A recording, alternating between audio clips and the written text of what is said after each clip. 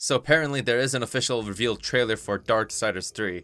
Now, I have played 1 and 2, possibly one of the best games of all time, especially number 1, just like the formula, the pacing, the mechanics. Number 2 had like a lot of great combat and everything, but then the story kind of dragged on a little bit too much. I thought number 1 was just well paced. Number 2 has more replay value with the DLCs, arenas, and whatnot, but number 1 story-wise, and with Liam O'Brien, sorry I'm a little bit biased, Liam O'Brien is one of the best voice actors of all time. He also does Illidan from World of Warcraft. You are not prepared! But Darksiders 3 official reveal trailer, let's see if this is legit, and let's go.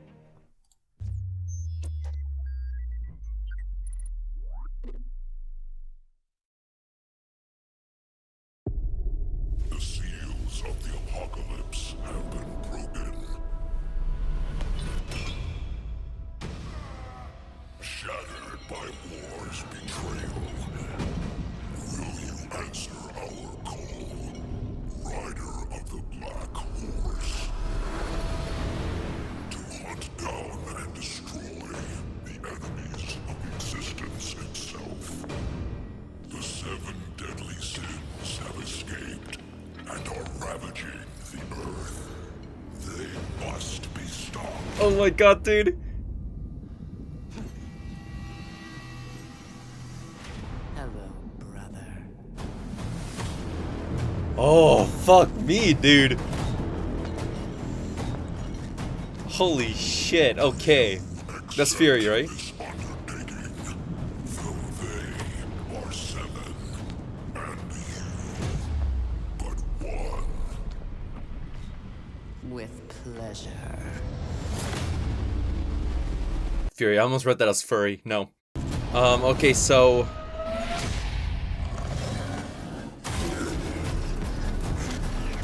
yeah, she's got the whips and everything.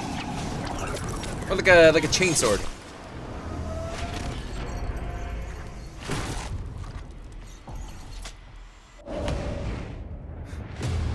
Is it happening? Is Darksiders 3 actually happening? Cause like, oh my god, dude, like it's 2018.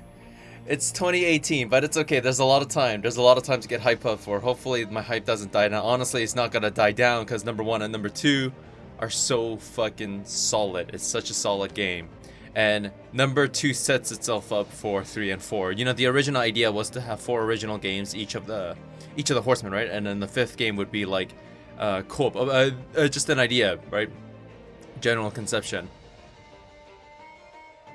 Cause like Darksiders 2, the ending was kinda Darksiders 2 ending, without spoiling it, the ending was kinda, it didn't resolve the entire story, you know, but like they're bringing in the 3rd game, Fury, right? And the council was talking about the 7 deadly sins. They escaped, so it's her job to bring them back. And you see War still kind of chained up and everything. Well, it'll be interesting to see what, I don't know, would this game take place before number 2 but after 1 or during 1? Cause a little bit of a spoiler, cause War is chained up in the cinematic. Is this just the cinematic, right? It might just be a teaser. Game might take place before or after the trailer, we never know. So War is chained up, but in number 1 he gets freed because he has to go down and hunt down Abaddon or something. And then near the end of the game he's still freed. He doesn't get locked up by the council. Darksiders 2 takes place during number 1, mainly before number 1, but pretty much like the ending of number 2 meets up with the ending of number 1. So Darksiders 3, I'm gonna assume that they might do the same thing simply because War is still locked up. He's not outside with the timeline, or where he is supposedly in timeline in number 1, where number 1 takes place. Because nobody knows what happens at the end of after the ending of number 1 and number 2. There's like literally nothing yet. I don't even know if the comics covered it. So maybe Fury, and the last one I can't remember his name. I think it was Strife. Maybe they'll cover it. But I'm excited. I want to see some gameplay footage. Apparently there's some images online. I'll try to have them up on screen. This looks very close to Darksiders 2 feeling, just from basic images alone. But honestly, even Darksiders 1 was a very polished game, so The gameplay is not much to go off by other than like the artistic design and the engine that they chose. I'm so excited that they're gonna try and continue the Darksiders series, because if they can manage all the way up to 4, right? Because like it's such an underrated series. If you haven't played, I highly recommend number 1. It's a really, really solid game from the beginning to the end. Darksiders 2 has a shit ton of replay value. You got all these abilities and all these weapons and everything. But in terms of story, I'd say Darksiders 1 wrapped itself up nicely and paced it well. Darksiders 2, like I said, kind of dragged it on too well, but Death is a very, very cool character. There are a lot of boss fights and everything here and there, but you play Darksiders 2 was more about the gameplay. Darksiders 1 was more about the story.